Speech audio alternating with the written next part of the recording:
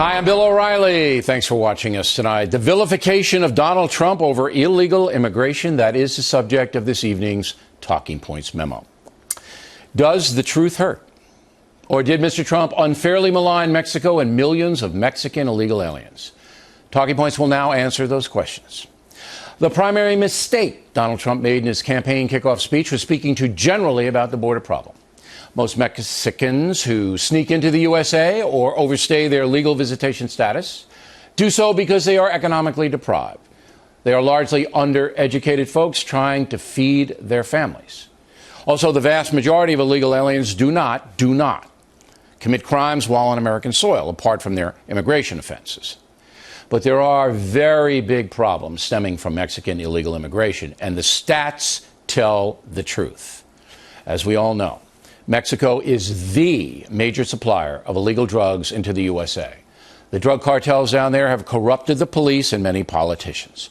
They're brutal thugs who commit mass murder, torture, and generally shame their nation. ISIS has nothing on these drug cartels. They're both savage enterprises. The government of Mexico not capable of defeating the drug lords, and the government down there rejects direct American intervention.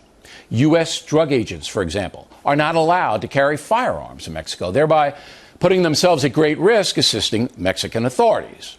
For decades, Mexico City has allowed organized crime to brutalize its own people, and Americans as well. Some of the drug organizations have branched out now into people smuggling, charging money to get desperate migrants across the border. In the process, many, perhaps most, migrant women are sexually molested. And that was the rape situation Donald Trump mentioned. But it's not ordinary Mexicans doing the raping, it's the gangsters. And Trump should have made that clear. The truth is there's little supervision on the Mexican side of the border. Cities like Juarez and Nuevo Laredo, literally run by the drug cartels. Border security in Mexico, non-existent, and has been for decades. That situation's not going to improve. So Trump is correct in saying that only a massive wall will stop the chaos, and even then, drugs and people will get through, although not to the extent they do now. Washington knows all this, but has turned away from securing the border ever since President Reagan promised to do that after he signed an immigration amnesty in 1986. Mr. Reagan did not keep his promise, and every single president since has failed to secure the southern border. Every one. Now, what about the immigrants themselves? 59% of Mexican residents and illegal aliens have less than a high school education. Only 4% have a college degree. 68% are poor or near poor. 57% receive means-tested welfare of some kind paid for by the American taxpayer. 56% do not have health insurance, many of those receiving Obamacare subsidies. So Trump's analysis is correct. The majority of Mexicans coming to the USA are not achievers in the economic sense.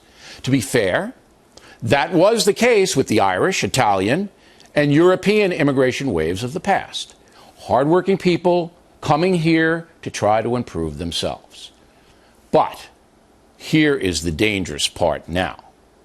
According to government statistics, 71% of non-American citizens in federal prisons are from Mexico. Colombia nationals are second, just 4%. Mexican criminals represent a whopping 16% of all convicts serving time in federal penitentiaries. That's a huge burden on the American taxpayer and a dangerous situation for we the people. Like 32-year-old Kate Steinle.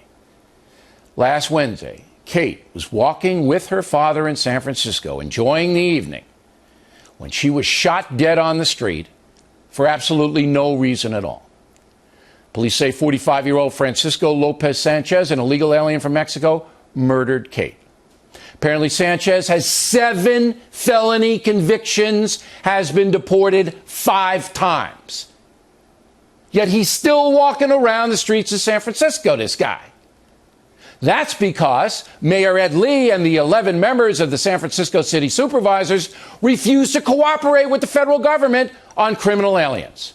The feds asked the city of San Francisco to keep Sanchez in custody. The city refused. Ms. Steinle paid for that irresponsible and unconstitutional decision with her life.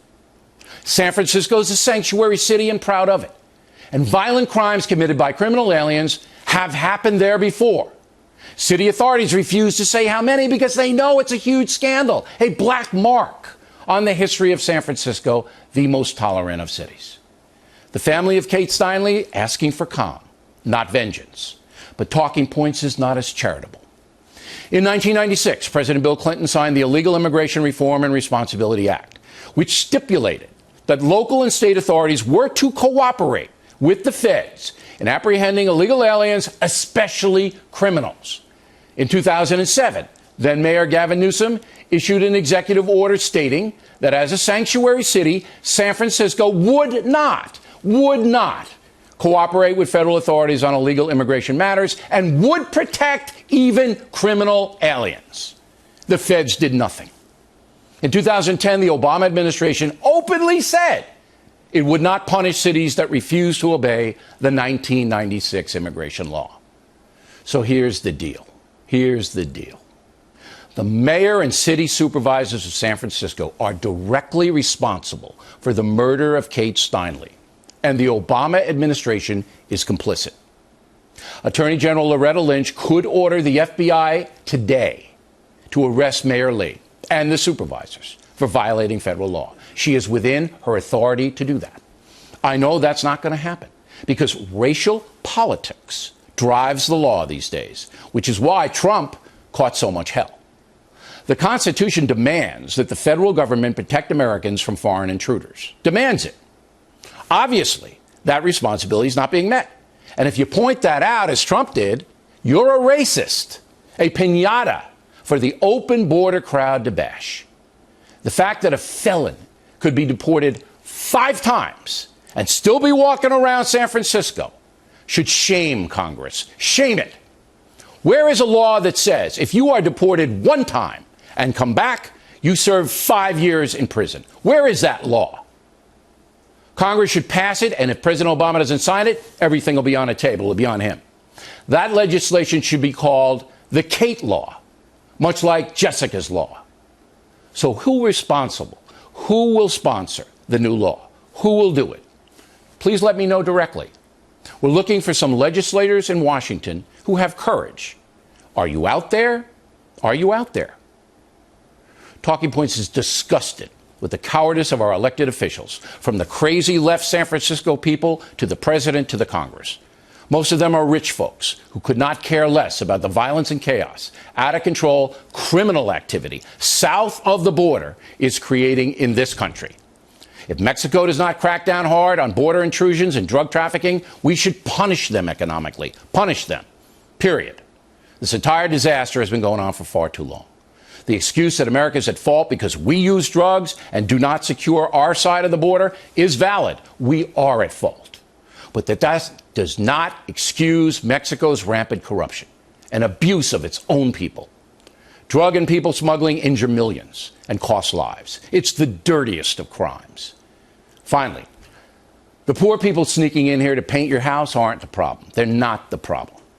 The cowardly politicians who will not uphold the law and the Constitution are the problem.